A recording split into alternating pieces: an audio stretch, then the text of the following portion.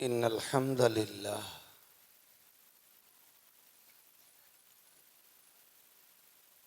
والصلاة والسلام على رسول الله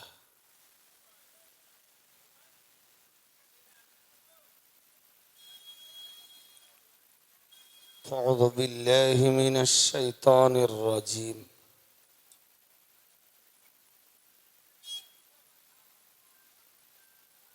بسم الله الرحمن الرحيم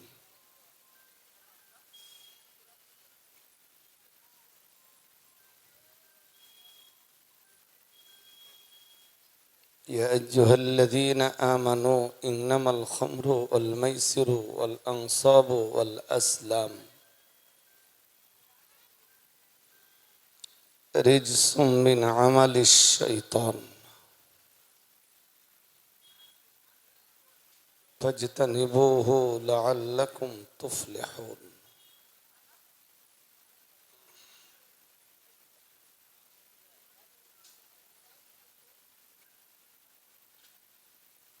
قال صلى الله عليه وسلم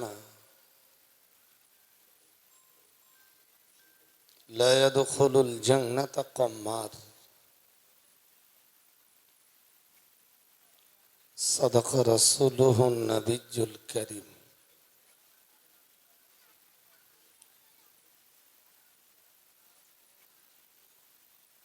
শুকরিয়া দয়াময়ের দরবারে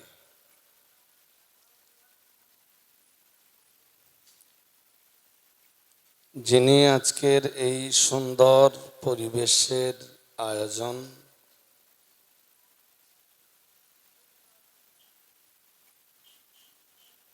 সূচনা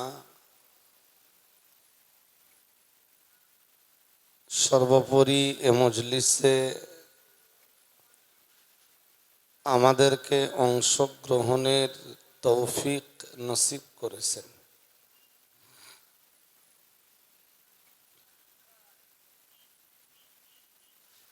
বলুন সকলে আলহামদুলিল্লাহ। যারা বসেছেন আমি আপনাদের থেকে আওয়াজ পাইনি, বলুন সকলে আলহামদুলিল্লাহ।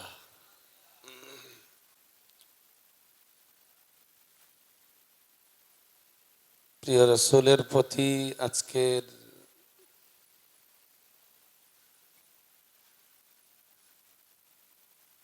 এই মাহফিল মজলিস মজমুয়া থেকে সালাত ও সালামের নজরানা প্রেরণ করি। সকলে পড়ি সাল্লাল্লাহু, পড়ুন সবাই, আলাইহি ওয়াসাল্লাম।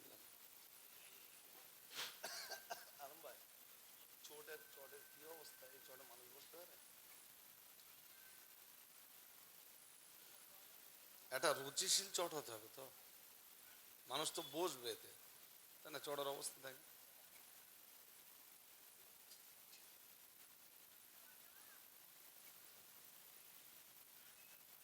আমি এই পর্যন্ত বহু মজলিসে বলেছি যে চটটা আপনারা ভাড়া নেন না। চট মাদ্রাসা কেন্দ্রিক বা মসজিদ কেন্দ্রিক কিছু চট আপনারা কিনে রাখুন। মজলিস হয়ে গেল, চটগুলো ধুয়ে শুকিয়ে আবার গুছিয়ে রেখে দেন। একটা পবিত্রতারও তো ব্যাপার থাকে, তাই না? আমাদের কোনো কাজই তো আল্লাহ পবিত্রতা ছাড়া নেবেন না।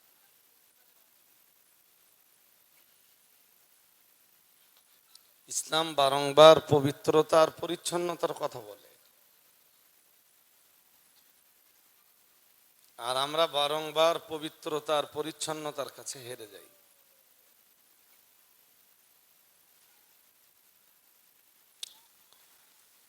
আজকের মজলিসের আমন্ত্রিত ওলামায়ে হযরত,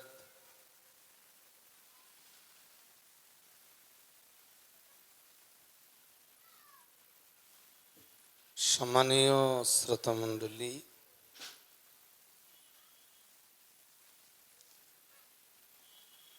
পর্দানাসীনা, সাউন্ডটা ক্লিয়ার হয়নি এখন। ধার্মিকা মমতাময়ী মায়েরা,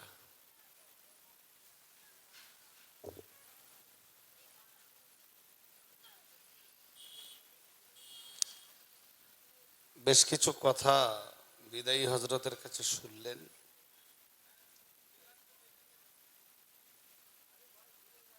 আমি আল্লাহ শুকরিয়া, সবকিছুর পরেও আমার প্রদত্ত সময়, নিরূপিত সময়েই এসেছি।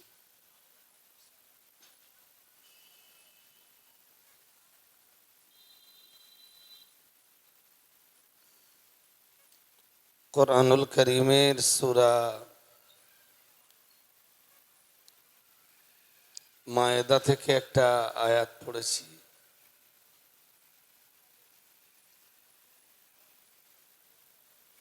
এবং ছোট্ট একটা হাদিসাংশ আপনাদের কাছে তেলাওয়াত করেছি আজকের বক্তব্যের বিষয়বস্তু হিসাবে।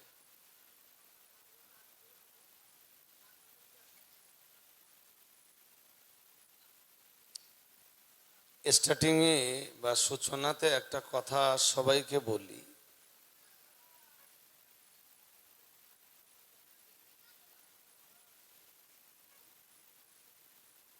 আমরা এখানে যারা বসেছি, আমাদের দুটো জিনিস দরকার।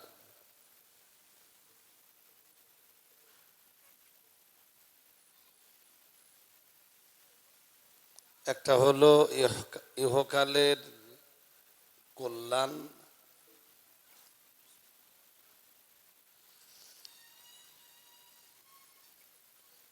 আর একটা হলো পরকালের সফলতা।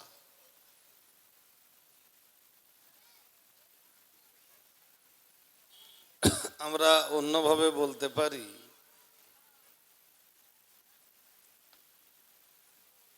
আমাদের দরকার ইহকাল পরকাল উভয় কালের হাসানা।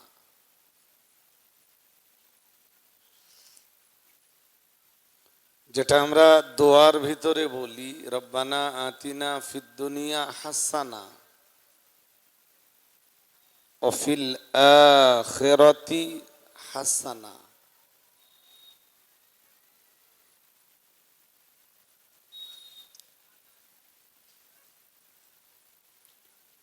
পরকালের হাসানা বা পরকালীন কল্যাণ যদি কারোর নসিবে কবুল না হয়, সে ক্ষতিগ্রস্ত।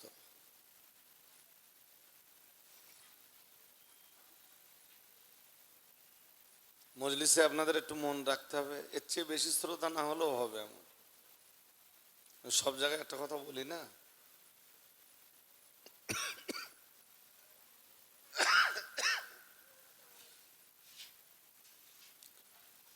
শ্রোতা সংখ্যার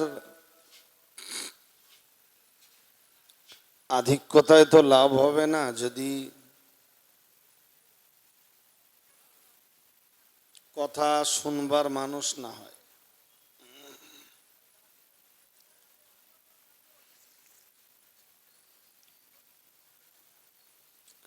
ইহকাল, আমি কথাটা আরেকবার বলছি, ইহকাল এবং পরকাল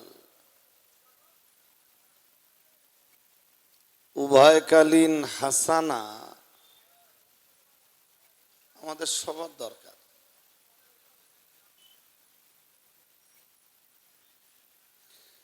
কি করলে পরকালের হাসানা জুটবে? দুনিয়া তো 60, 70, 80, 90 কিংবা তার চেয়ে কম বেশি একটা নির্দিষ্ট সময়ের দুনিয়া। সেটা হতে পারে যে আমার দুনিয়া কতদিন, এটা আমার কাছে অনির্দিষ্ট, কিন্তু আল্লাহর কাছে তো এটা নির্দিষ্ট।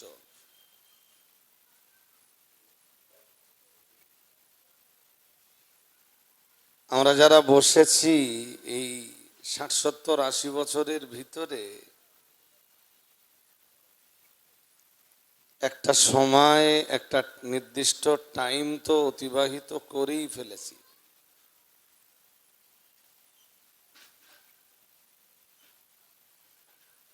সামনে তো খুব বেশি দিন বাকি আর নেই।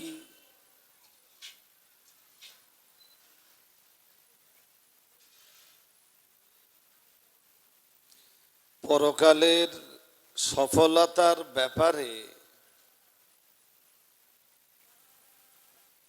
আমরা ভেবেছি কতটা?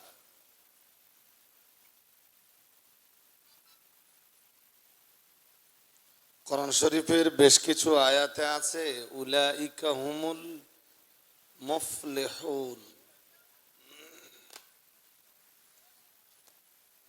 আবার বলছি, যারা বসছেন মনটা বাইরে দিয়েন না। কোরআনুল কারীমের বেশ কিছু আয়াতের শেষের দিকে আছে উলাইকা হুমুল মুফলিহুন। আল্লাহ রাব্বুল আলামিন বলেন তারাই সফল। সফলতা তাদের। আর একটু ঘুরিয়ে বললে বিফলতা মুক্ত তারা।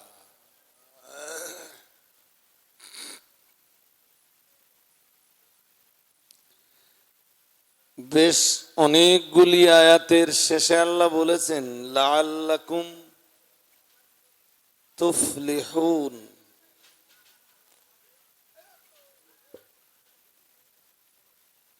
কিছু কাজ আল্লাহ দিয়েছেন, কাজগুলি দিয়ে আল্লাহ বলেছেন লাআল্লাকুম তুফলিহুন, সম্ভবত তোমরাই সফলতা লাভ করবে। দুটো কথা, এই দুটো কথা আপনাদের আগে নিতে হবে মাথায়। একটা হলো তোমরাই সফল, আর একটা হলো তারাই সফল। একটা তারাই সফল আর একটা সম্ভবত তোমরা সফল হবে।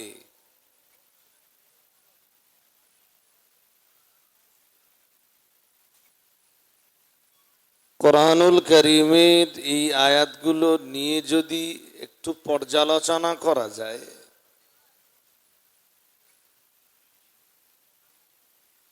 আপনাদের মনোযোগ আছে তো নাকি, না বাইরে আছে মনোসংযোগ? এই আয়াতগুলোকে নিয়ে যদি একটু পর্যালোচনা করা যায় যে আমাকে সফল হতে গেলে কি কি লাগবে। পৃথিবীর যে মানুষগুলো সফল,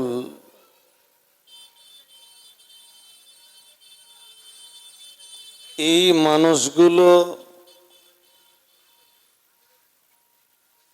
মানুষগুলোর ভিতরে লুকিয়ে থাকা গুণাবলী কি কি, অথবা কোন কোন গুণসম্পন্ন মানুষকে কোরআনুল কারীমের ভাষায় আল্লাহ সফল বলে ঘোষণা দিয়েছেন।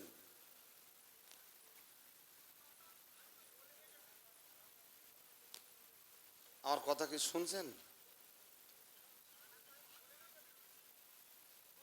এইগুলো শোনা বোঝার পরে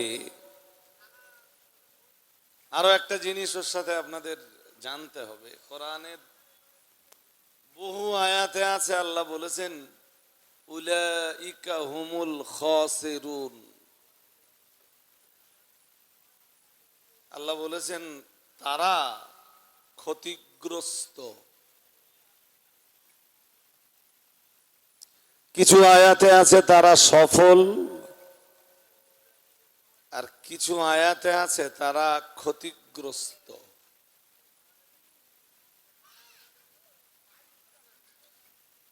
আপনার আর আমার কি ভাবা দরকার নয় যে যারা সফল তাদের খাতায় কি আমার নাম আছে?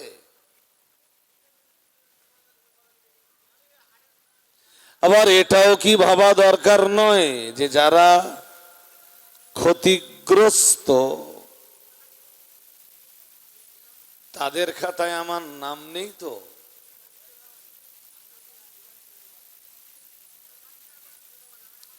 আমার জিন্দেগি যদি 70 বছরের হয়, 40 বছর তো কেটেই গেল, 45, 50, 55 বছর তো কেটেই গেল। আমার পরকালের সফলতা তো দরকার। পরকালে ক্ষতিগ্রস্ত মানে কি?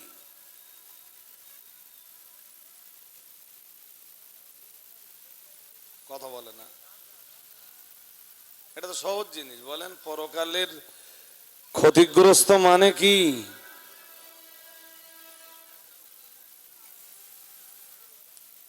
পরকালে তো ক্ষতিগ্রস্ত তারা আসহাবুল মাস আমা, যারা পরকালে ক্ষতিগ্রস্ত তো তারা আসহাবুস শিমাল, যারা। এ তো কোরআনুল কারীমের পরিভাষা, এ তো আমার তৈরি করা কোনো পরিভাষা নয়।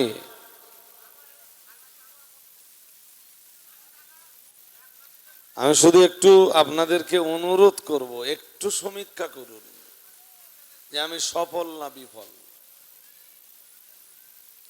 আমি সাকসেস না নন সাকসেস।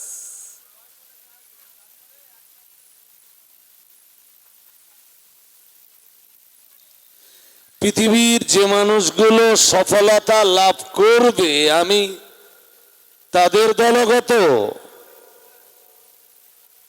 না, পৃথিবীর যে মানুষগুলোর নসিবে রয়েছে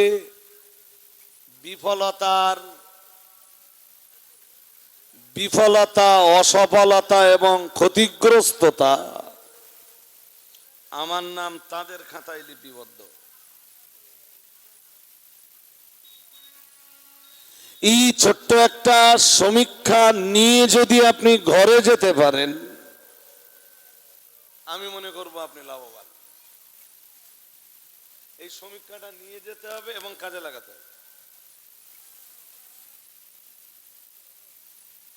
ওয়াজ নসিহতের মজলিস মানেই তো অধিকাংশ ক্ষেত্রে যেটা হয়,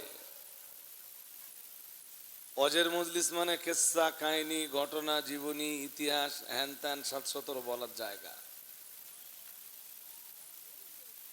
কোরআন হাদিস নিয়ে কটা মজলিসে সমীক্ষা হয়? কোরআন আর সুন্নাত দিয়ে কটা মজলিসে পর্যালোচনা হয়?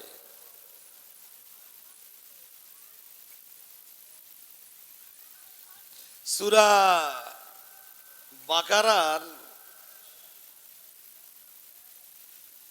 একদম প্রথম দিকে 5 নম্বর আয়াত কি আছে জানেন?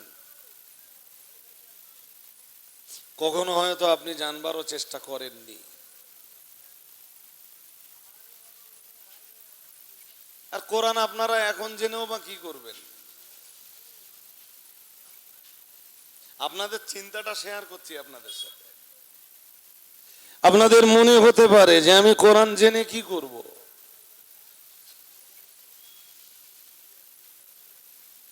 কোরআনুল কারীমের আলো ব্যতীত আপনি অন্ধকার থেকে বার হতে পারবেন না। অন্ধকার থেকে বার হওয়ার জন্যে পৃথিবীর মানুষ কোনো এডুকেশন সিস্টেম বানাতে পারেনি। হাই স্কুল বলেন, কলেজ বলেন, ইউনিভার্সিটি বলেন, যত লেখাপড়া হয় মানব মণ্ডলীকে অন্ধকার থেকে মুক্ত করার জন্যে কেউ কোনো এডুকেশন সিস্টেম বানাতে পারেনি। তবে আল্লাহ কোরআনে বলেছেন, কি কিতাবুন আনজালনাহু ইলাইকা লিতুখরিজান নাসা মিনাজ-যুলুমাতি ইলান নূর।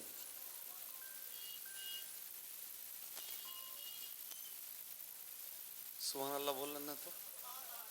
আরেকটু মন খুলে বলেন। আল্লাহ বলেছেন এই যে কিতাবটা আমি নাযিল করেছি, উদ্দেশ্য রাসূল, উদ্দেশ্য নবী। কেন জানেন নাযিল করেছি নবী? নবী যেন বললেন কেন? আল্লাহ বললেন লিতুখরিজান নাসা মিনাজ-যুলুমাতি ইলান নূর। কই সুবহানাল্লাহ বললেন না তো? বললেন যাতে আপনি মানুষকে বার করে আনতে পারেন মিনাজ-যুলুমাত, অন্ধকার থেকে। কিসের অন্ধকার? রাতের অন্ধকার। কথা বলেন। আল্লাহ বললেন যাতে আপনি মানুষকে বার করে আনতে পারেন। কিসের অন্ধকার? মিনাজ-যুলুমাত, অন্ধকার থেকে। অন্ধকারটা কিসের? রাত।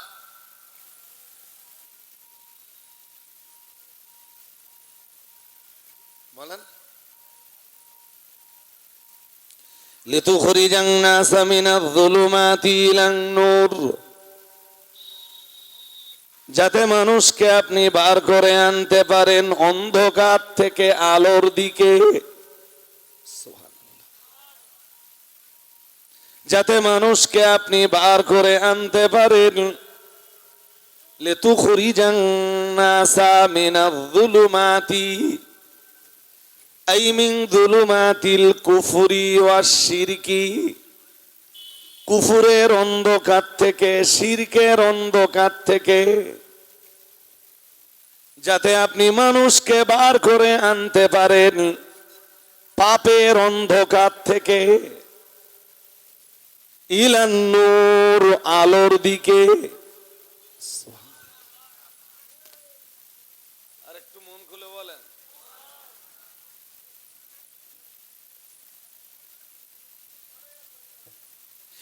এই আয়াত থেকে তো একদম স্পষ্ট হয়ে যায় যে কোরআনুল কারীমের আলো ব্যতীত মানুষ কুফরের অন্ধকার, শিরকের অন্ধকার, এরপরে সমস্ত প্রকারের গুনাহের অন্ধকার থেকে কখনোই আলোকিত রাস্তা পেতে পারে না। প্রকৃত আলোর রাস্তা মানুষ কখনো দেখতে পারে না।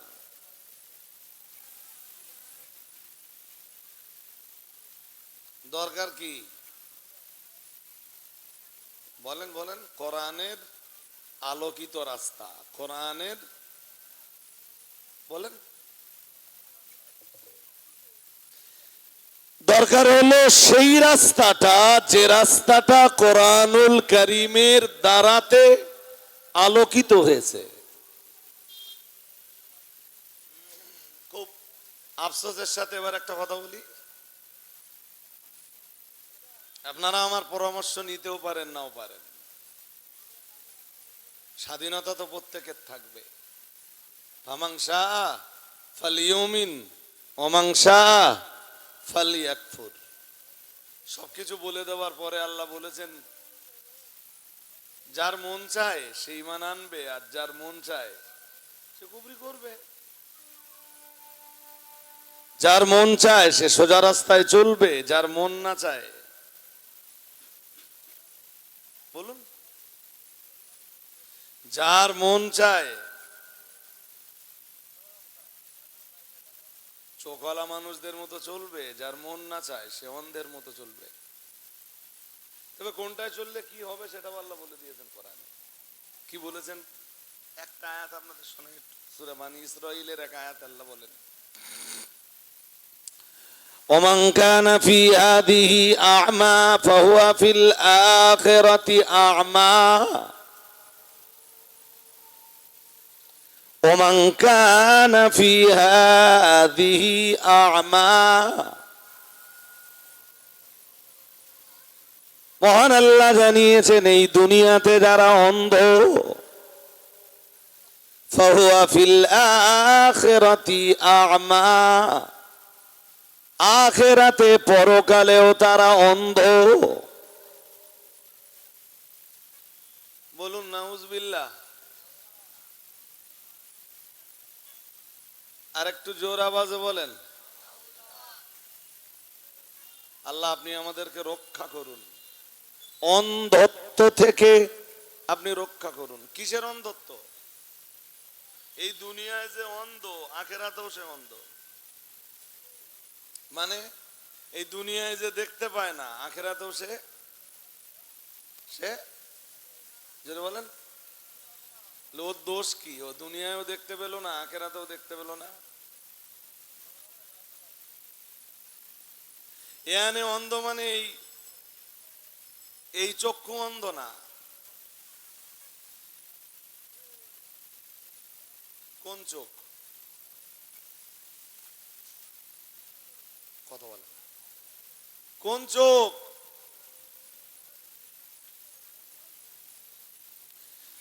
যে মানুষটা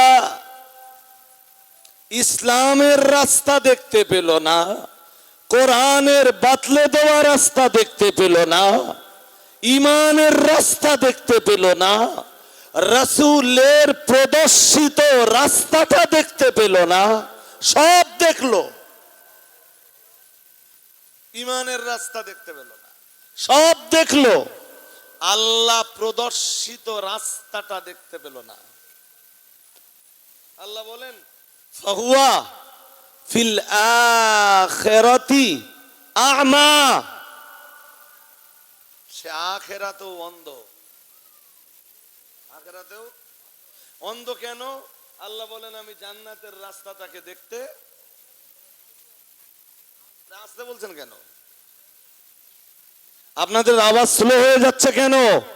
যে দুনিয়াতে ঈমান ইসলামের রাস্তা টের পেল না, আল্লাহ বলেন আমি আখিরাতে তাকে অন্ধ করে তুলবো, আমার জান্নাতের রাস্তা দেখতে দিব না। নাউজুবিল্লাহ বলেন, আরো জোর আওয়াজে বলেন। সব রাস্তা দেখতে পেলেন, ইসলামের রাস্তাটা দেখতে পেলেন না। সব রাস্তাটা দেখতে পেলেন মুহাম্মদুর রাসূলুল্লাহ সাল্লাল্লাহু আলাইহি ওয়াসাল্লাম, তার বাতলে দেওয়া রাস্তাটা দেখতে পেলেন না। কেমনে আপনি জান্নাতের রাস্তা দেখার আশা করতে পারেন?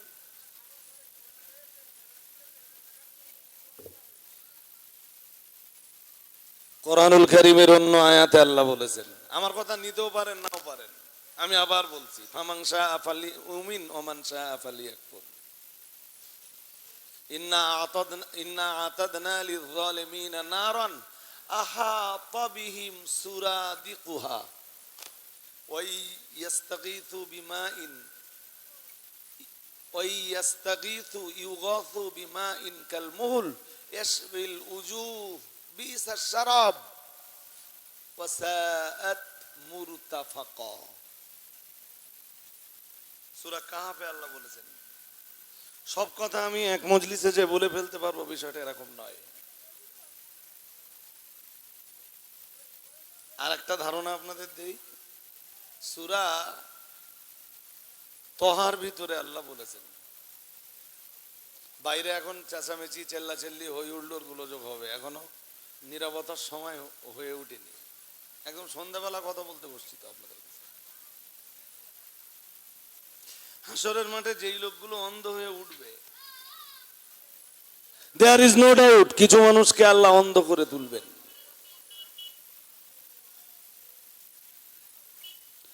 قال رب لما حشرتني أعمى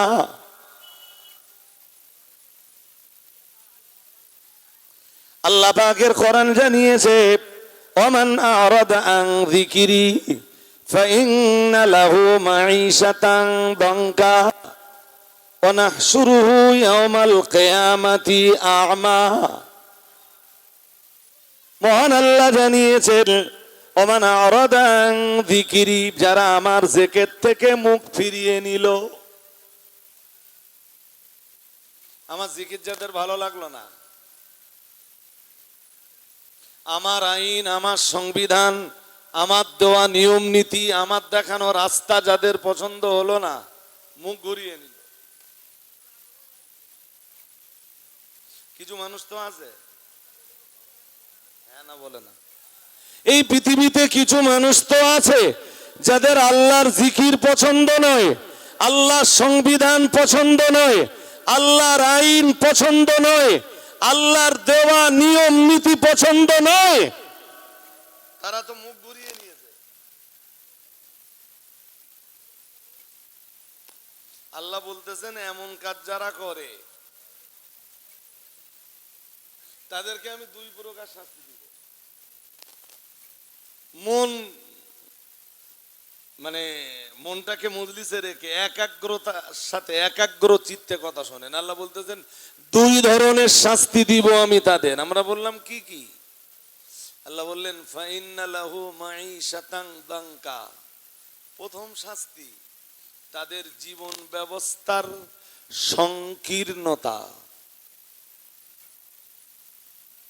বলুন নাউজুবিল্লাহ। তাদের জীবন ব্যবস্থার, আরে বাংলাটা তো মনে রাখবেন, তাও যদি মনে না রাখতে পারেন তো সমস্যা। তো তাদের জীবন ব্যবস্থার সংকীর্ণতা মানে অনেক টাকা থাকবে আপনার, মেবি অনেক টাকা থাকবে, সংসারে শান্তি থাকবে না, ঘরে এসি থাকবে, ঘুম লাগবে না। কোন গরিব মানুষ, ডে লেবার, রেলের হকার, বোঝেন, রাজমিস্ত্রির জোগাড়ে, ইট ভাটার লেবার, মুটে মজদুর, ভ্যানওয়ালা, রিক্সাওয়ালা, তাদেরকে দেখে অবাক হবে যে সন্ধ্যেবেলা মাগরিবের নামাজ পড়ে, মাগরিবের নামাজের পর আবার 1 ঘন্টা 15-20 মিনিট বাদে যখন এশা রক্ত হয়, এশার নামাজ পড়েই ও শুয়ে পড়ে, সারা রাত কত ভালো ঘুম হয়। শালা আমার ঘরে এসি আছে, ওর ঘরে এসি নেই। আমি ভোর 4টের সময়, ভোর 4টে বেজে যায়, রাত 11টায় বিছানায় পিঠ লাগিয়েও ভোর 4টে বেজে যায়, শালা আমার ঘুমই লাগে না। ওর প্রতি ঈর্ষা হবে ওই ডে লেবারের উপরে, ওর প্রতি ঈর্ষা হবে ভাটার লেবারের উপরে, ওর প্রতি ঈর্ষা হবে রাজমিস্ত্রির জোগাড়ির উপরে, ওর প্রতি ঈর্ষা হবে যেটা সারাদিন ধরে মেশিন চালাচ্ছে। মেশিন মিন সেলাই মেশিন। ও রাত 8টার সময় শুয়ে এত ভালো ঘুম হয়, আর আমার মোটে ঘুম আসে না।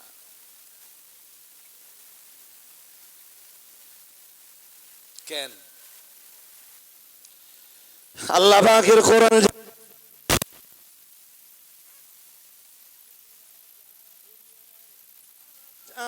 আমার আইন থেকে যারা মুখ ঘুরিয়ে নেয়, আমার সংবিধান যাদের পছন্দ হয় না, আমার দেওয়া বিধিবিধান যাদের কাছে অপছন্দনীয়, মহান আল্লাহ জানিয়েছেন তাদের প্রথম শাস্তি হলো, আল্লাহ পাক রব্বুল আলামিন জানিয়েছেন তাদের জীবন ব্যবস্থার সংকীর্ণতা, তাদের জীবন ব্যবস্থা আমি আল্লাহ সংকীর্ণ করে দেই, তাদের কলবের শান্তি আমি আল্লাহ কেড়ে নেই। বলুন নাউজুবিল্লাহ। আর একটু জোর করে বলেন। পকেটে মাল থাকবে, 3 তলা বাড়ি থাকবে, মনে কোনো শান্তি স্বস্তি কথা বলে না। হ্যাঁ, জীবন ব্যবস্থা সংকীর্ণতার আরো ব্যাখ্যা, ছেলে কথা শুনবে না, মেয়ে কথা শুনবে না, বউ, এটা আপনারা বলে ফেলেন। এরম সমাজে আছে না নেই? হ্যাঁ,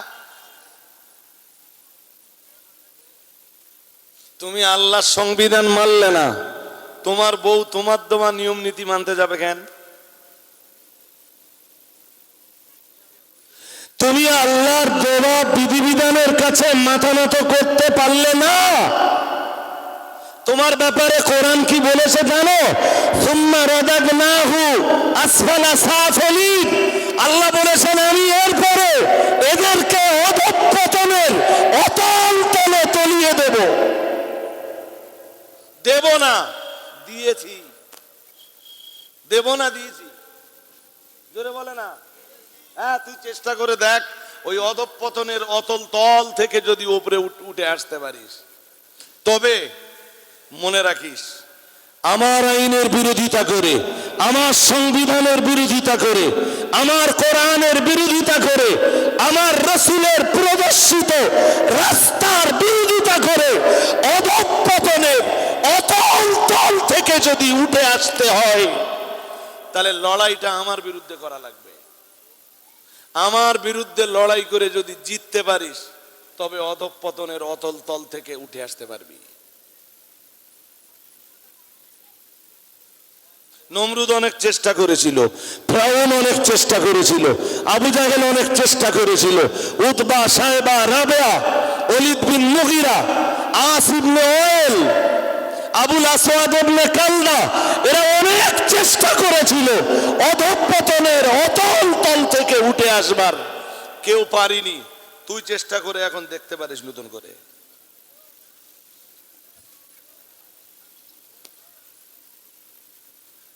এই ভাই সাহেব, আমার কথা কি বুঝতেছেন সবাই?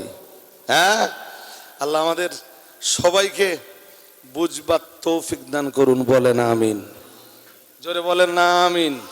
ফিরআউনের বিরাট সাম্রাজ্য ছিল, শান্তি ছিল না। নমরুদের বিরাট সাম্রাজ্য ছিল, বাদশাহিত্ব ছিল, শান্তি। জোরে বলে না। হ্যাঁ, শান্তি কোথায় ছিল দেখবার জন্যে সাহাবীদের ঘরগুলোতে ফিরে যেতে হবে। কাদের ঘর? জোরে বলেন। সাহাবীদের ঘর। অধিকাংশ সাহাবীদের ঘরে কিছু নেই, কি আছে? শান্তি। কি আছে? জোরে বলে না, কি আছে? বলেন বলেন। পুরুষেরা মসজিদে, মেয়েরা মেয়েদের নামাজের মুসাল্লার জায়গায়, নামাজের মুসাল্লায়, নামাজের জায়গায়।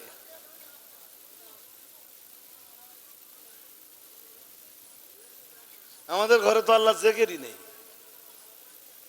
ভাইও নামাজ পড়ে না, ভাবিও নামাজ পড়ে না। ঘর না কবর?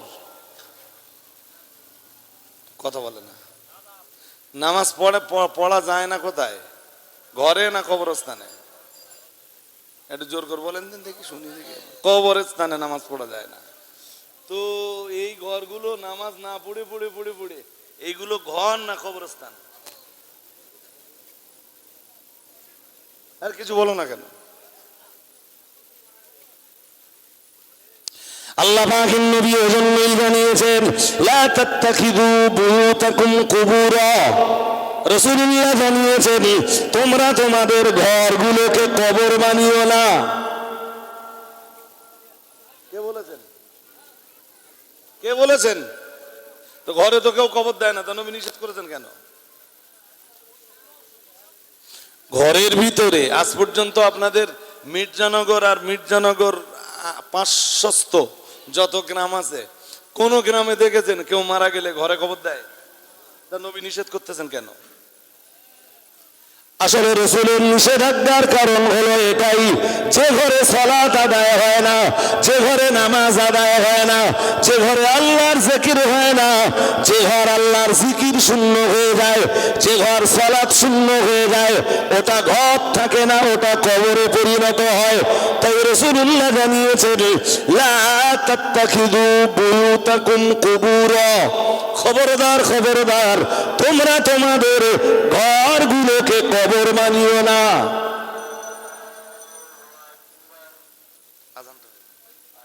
আল্লাহু আকবার, আল্লাহু আকবার।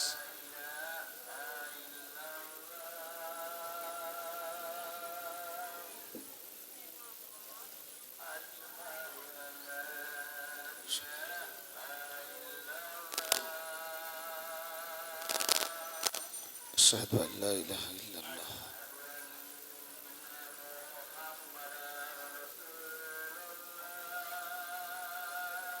আশহাদু আন্না মুহাম্মাদার রাসূলুল্লাহ।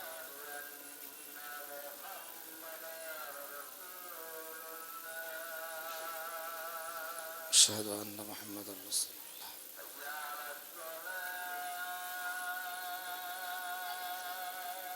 লা হাওলা ওয়ালা কুওয়াতা ইল্লা বিল্লাহ।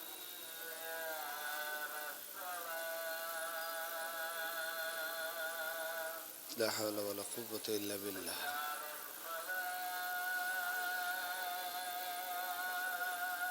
لا حول ولا قوة إلا بالله.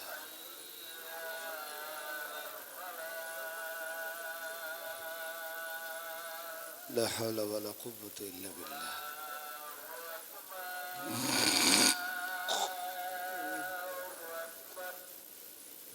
الله أكبر، الله أكبر.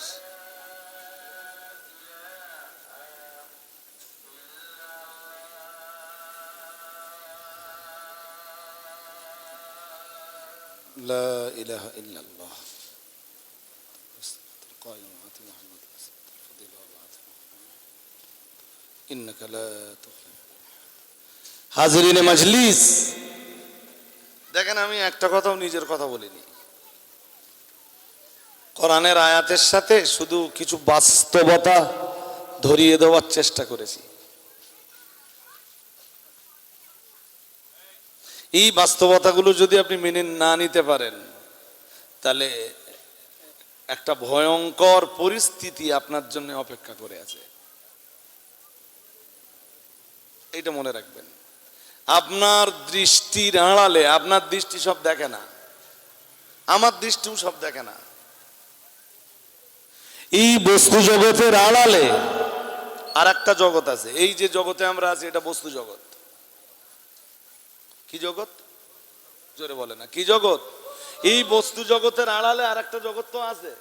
হ্যাঁ না, কিছু বলে না, আছে তো। সে জগৎ আপনার চোখ দেখে, দেখে।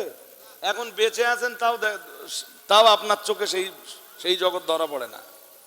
আপনি কেন, সায়েন্টিস্টদের কাছে, যারা ওই আণুবীক্ষণিক যন্ত্র দিয়ে ওই ওই আপনার রক্তের জীবাণু টেস্ট করে, রক্তে ম্যালেরিয়ার জীবাণু আছে কিনা, ব্লাডে চিকুনগুনিয়ার জীবাণু আছে কিনা, টাইফয়েডের জীবাণু আছে কিনা, ক্যান্সারের জীবাণু আছে কিনা, আণুবীক্ষণিক যন্ত্র দিয়ে যারা এইগুলো টেস্ট করে, এই বস্তু জগতের আড়ালে যে জগৎটা আছে, সে জগৎটা তাদের এই অণুবীক্ষণ যন্ত্রেও, জোরে বলেন, আমরা তো বহু দূরের কথা, টাইফয়েডের জীবাণু আমরা দেখতে পাই। আরে হ্যাঁ না, জোর করে বলতে হবে, দেখতে পাই। ম্যালেরিয়ার জীবাণু, ক্যান্সারের জীবাণু আমরা চোখে দেখতে পাই। বিশ্বাস করি কেন? মেশিনি অ্যাকচুয়াল যারা বলেছে ওরা দেখতে পায়। বোঝেননি? বস্তু জগতের আড়ালে যে জগৎটা আছে, এই যে মানব জাতির ডাক্তার হিসাবে আল্লাহ যুগে যুগে নবী রাসূলদেরকে পাঠিয়েছেন। সুবহানাল্লাহ বলেন। আর একটু মন খুলে বলেন, বস্তু জগতের আড়ালে যে জগৎটা আছে, সেই জগৎটা নবী রাসূলরা দেখতেন। দেখতেন না? দেখতেন না? আমাদের নবী দেখে আসেননি? বলেন বলেন। বস্তু জগতের আড়ালে যে জগৎ আছে, আপনাদের সবার মন মজলিসে নেই, আজানের আগ পর্যন্ত খুব ভালো কথা শুনছিলেন। বস্তু জগতের আড়ালে যে জগৎটা আছে, এই জগৎটাকে দেখবার জন্য রাসূল আকরাম সাল্লাল্লাহু আলাইহি ওয়াসাল্লাম মেরাজের রাত্রে 26শে রজব দিবাগত রাত, এই যে ওরা এত আনন্দ কিছু হয় থাকে জানি। 26শে রজব দিবগত রাত 51 বছর বয়সে রাসূলের মেরাজ হলো। মনে পড়ে? হ্যাঁ না বলে না? কোথা থেকে কোথায় গেলেন? সুবহানাল্লাযী আসরা বিআবদিহি লাইলাম মিনাল মাসজিদিল হারামি ইলাল মাসজিদিল আকসা আল্লাযী বারাকনা হাওলাহু লিনুরিয়াহু মিন আয়াতিনা ইন্নাহু হুয়াস সামিউল বাসীর। মহান আল্লাহ জানিয়েছেন সুবহানাল্লাযী আসরা, পবিত্র সেই সত্তা, আল্লাযী আসরা বিআবদিহি লাইলাম মিনাল মাসজিদিল হারামে, যিনি তার কোন এক বান্দাকে কোন এক রাত্রি বেলায় মসজিদে হারাম থেকে মসজিদে আকসা পর্যন্ত পরিভ্রমণ করালেন। আমরা যেন বললাম কে সেই বান্দা? মুফাসসিরিন হযরতরা জবাব দিলেন তিনি হলেন মুহাম্মদ সাল্লাল্লাহু আলাইহি ওয়াসাল্লাম। আর একটু মন খুলে বলেন, এই বস্তু জগতের আড়ালে যা কিছু আছে তিনি সেগুলো আল্লাহ তাকে দেখানোর জন্য নিয়ে গেলেন 7 আকাশ পরিভ্রমণ করিয়ে। সুবহানাল্লাহ।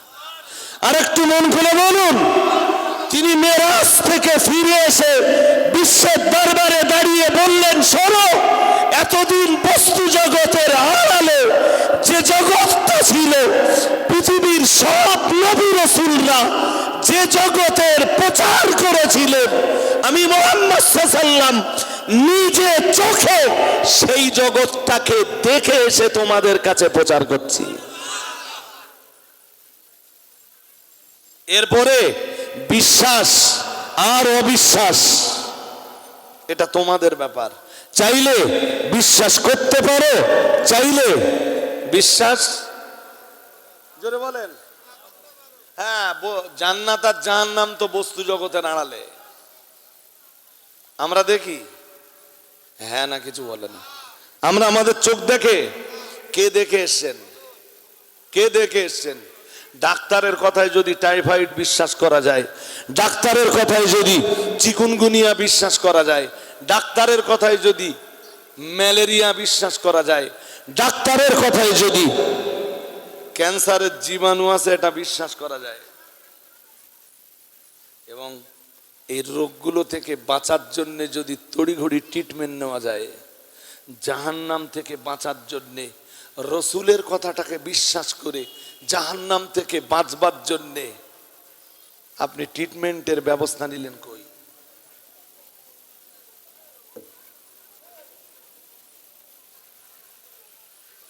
কই?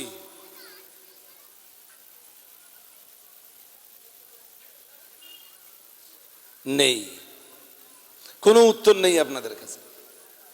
নো অ্যান্সার, লাজবাব, নিরুত্তর আপনারা।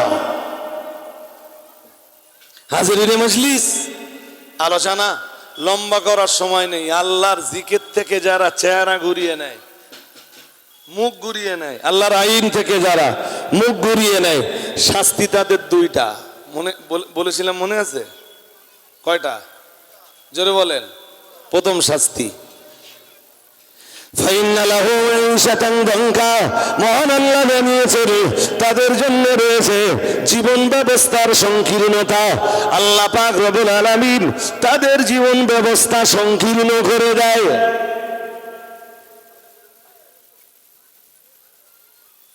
সবকিছু থাকার পরেও তাদের মনের ভিতরে এইটা উদয় হয় যে কিছু যেন একটা তাড়াচ্ছে সব সময়। শুনছেন নাকি? শুনছেন?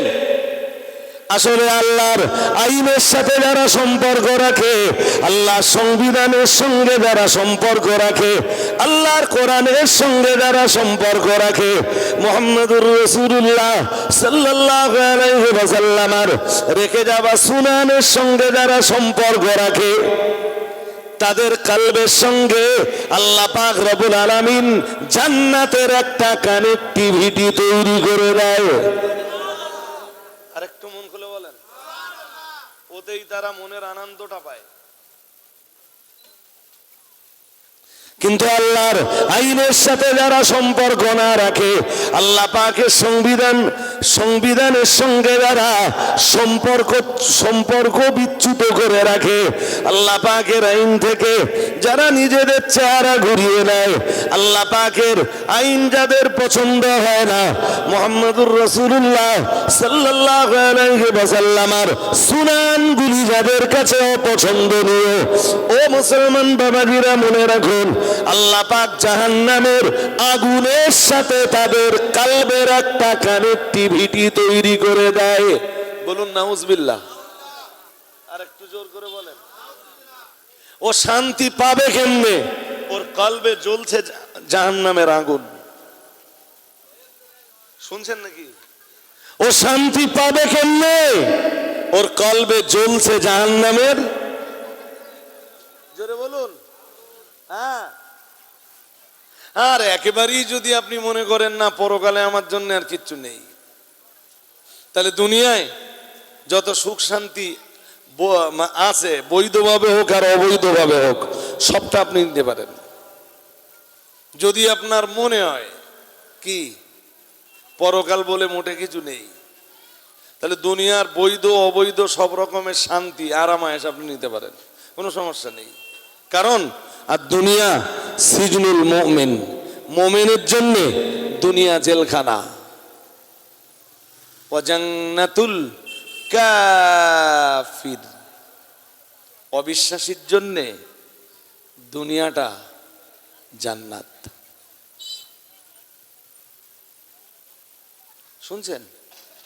হারাম উপার্জনও করতে পারবেন, মদও খেতে পারবেন, গাজায় দমও দিতে পারবেন, বাড়ি যেটা আছে সেটা ছাড়াও আরো 1 ঘন্টা না 1-10 জনের সাথে সম্পর্ক রাখলেও কোনো অসুবিধা নেই আপনার। আপনার তো আখিরাত বলে কিছু নেই।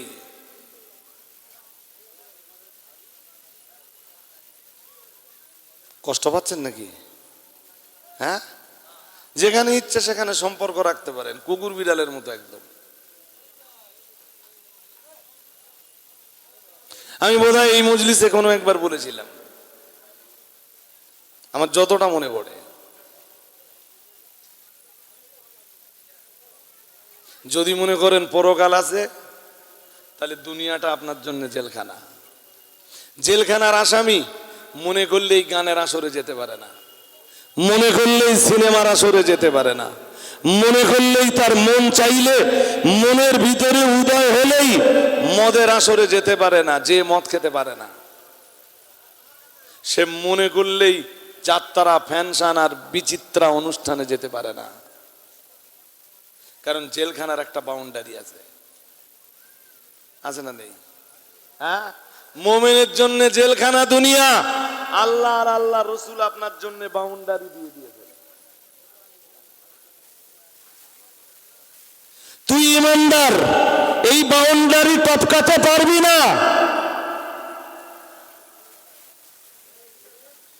ওয়াজআলনা জাহান্নামা লিল কাফিরিনা হাসিরা, মহান আল্লাহ জানিয়েছেন, আর দুনিয়াতে অবিশ্বাসী যারা, আল্লাহর কোরআন যারা বিশ্বাস করে না, রসুলের হাদিস যারা বিশ্বাস করে না, আল্লাহ পাক রব্বুল আলামিনকে যারা বিশ্বাস করে না, রসুলকে যারা বিশ্বাস করে না, কিতাব যারা বিশ্বাস করে না, কোরআন যারা বিশ্বাস করে না, ফেরেশতা যারা বিশ্বাস করে না, পরকাল যারা বিশ্বাস করে না, তাকদীরের ভালো মন্দ এগুলো যারা বিশ্বাস করে না, আল্লাহ পাক রব্বুল আলামিন জানিয়েছেন, ওয়াজআলনা জাহান্নামা লিল কাফিরিনা হাসিরা, মহান আল্লাহ জানিয়েছেন, তাদের জন্য আমি জেলখানা রূপে বানিয়ে রেখেছি জাহান্নাম।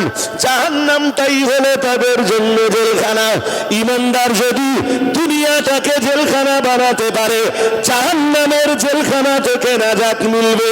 আর ইমানদার যদি দুনিয়াটাকে নিজের জন্য জেলখানা হিসাবে বরণ করে নিতে পারে, পরকালের জেলখানায় যেমন তার যাওয়া লাগবে না, ঠিক কথা হইতেছ ঈমান গ্রহণের পরে যদি কেউ দুনিয়াটাকে জেলখানা হিসাবে, কারাগার হিসাবে নিজের জন্য বরণ করে নিতে না পারে, পরকালের জাহান্নাম নামিয়ে জেলখানায় তাকে ঢুকতেই হবে, এতে কোনো সন্দেহ নেই। খুব সোজা করে বলে যাচ্ছি, দুই জেলখানার যে কোনো একটা জেলখানায় আপনাকে ঢুকতেই হবে, হয় ইহকালের জেলখানা আর নইলে পরকালের জেলখানা। শুনছেন নাকি?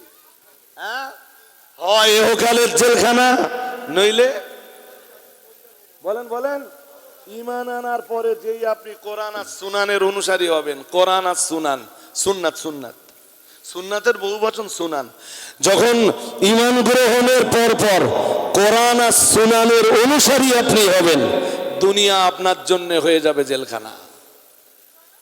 মন চাইলে সুদ খেতে পারবেন না, মন চাইলে লটারি কাটতে পারবেন না, মন চাইলে জুয়া খেলতে পারবেন না, মন চাইলে লোকের সম্পদ আত্মসাৎ করতে পারবেন না। শরীয়তের গণ্ডি আপনাকে বাধা দেবে, ব্যাস ওই গণ্ডিটাই হয়ে যাবে আপনার জন্য জেলখানা। আপনি দেখবেন আপনার পাশের লোক অনেক কিছু করে ফেলেছে, এরপরেও শরীয়তের গণ্ডির ভিতরে, জেলখানার ভিতরে থাকতে যে আপনি খুব বেশি কিছু দুনিয়াতে করতে পারেননি। ওই অবস্থা থেকে, ওই অবস্থাতেই দুনিয়া ছেড়ে আপনাকে বিদায় নিতে হবে। তবে আমার আল্লাহ পরকালের জেলখানা থেকে আপনাকে মুক্তি দিয়ে জান্নাত আপনার নসিবে কবুল ফরমাবেন। আর একটু মন খুলে বলেন। আর যদি দুনিয়ায় মন যাচায়, মন যাচায় ওটা কুত্তায় করে, মন যাচায় ওটা বিল্লিতে করে, মন যাচায় ওটা ছাগলে করে, মন যাচায়, বলেন বলেন, দিল जो চায় ওটা গরুতে করে, গরু। মন যা চায়, দিল जो চায় ওটা ছাগলে করে, মন যা চায় হিংস্র প্রাণীরা করে। আমরা কি ছাগল গরু? কথা বলে না, আমরা কি ছাগল গরু? এই জন্য তো আল্লাহ এই সংবিধানটা দিয়ে বলেছেন, মন যা চায় ওটা তোরা করতে পারবি না। কথা কি শুনছেন? হ্যাঁ, তোরা তাই করবি, যার নির্দেশ আমি দিয়েছি, আমার রসুল দিয়েছেন। আর তোরা তাই কর, তোরা সেইটা থেকে বিরত থাকবি যেটা আমি নিষিদ্ধ করে দিয়েছি, আমার রসুল নিষিদ্ধ বলে ঘোষণা করেছেন। তবে জন্তু জানোয়ারের সঙ্গে মানুষের একটা পার্থক্য তৈরি হবে। কি ভাই সাহেব, বুঝতে কি অসুবিধা হয়? হ্যাঁ, 6টা থেকে 7:30 পর্যন্ত আমার টাইম ছিল, হয়ে গেছে না? 2 মিনিট বাকি আছে। বলে দেই, আল্লাহর আইন থেকে যারা মুখ ঘুরিয়ে নেয় তাদের শাস্তি 2টা। কয়টা? জোরে বলেন, কয়টা? 2 শাস্তি। এক শাস্তি, আল্লাহ তাদের জীবন ব্যবস্থা সংকীর্ণ করে দেয়, তাদের 2 নম্বর শাস্তি। এবার কোরআন বলছে, শুনে নেন। আল্লাহ পাকের কোরআন জানিয়েছে, মহান আল্লাহ জানিয়েছেন, ওয়ানাহশুরুহু ইয়াওমাল কিয়ামাতি আমা, মহান আল্লাহ জানিয়েছেন, আর হাসরের ময়দানে আমি আল্লাহ তাদেরকে অন্ধ করে তুলব। ভুলে গেলে হবে না, তাদের প্রথম শাস্তি মনে আছে? প্রথম শাস্তি কি বলে বলেন? তাদের প্রথম শাস্তি হলো, মহান আল্লাহ জানিয়েছেন, জীবন ব্যবস্থার সংকীর্ণতা।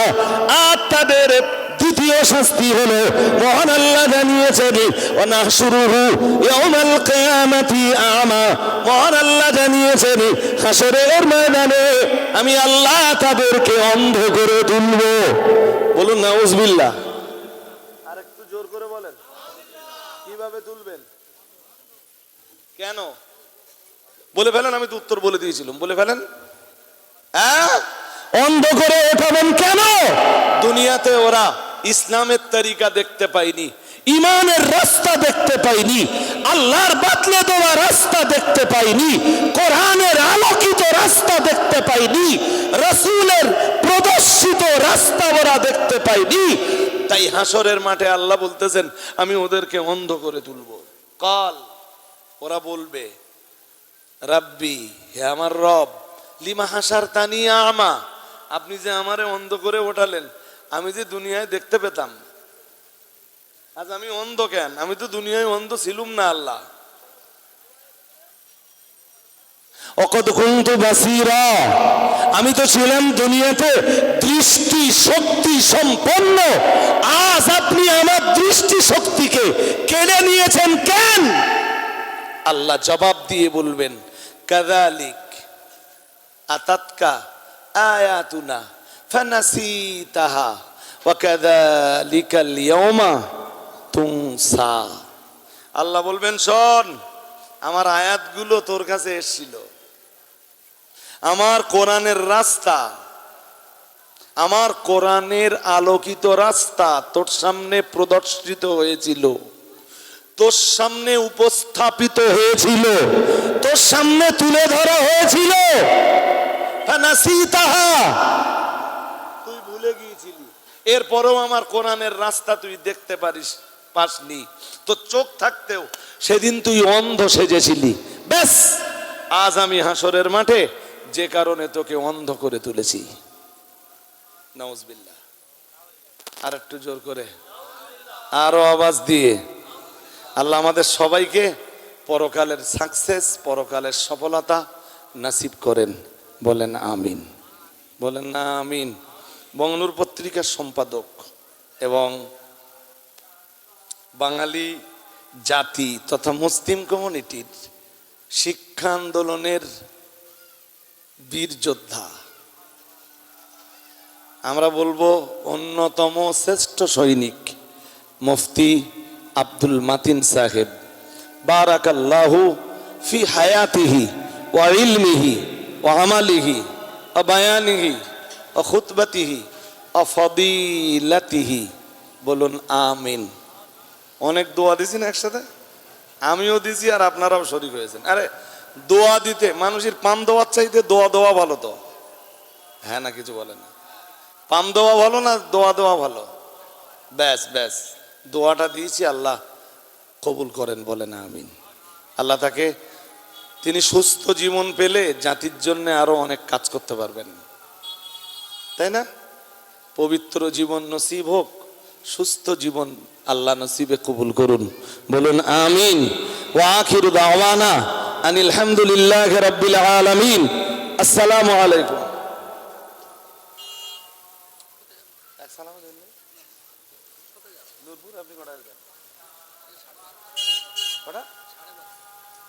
আমার পরে তাহলে কি, আমার তো 1 ঘন্টা মাত্র।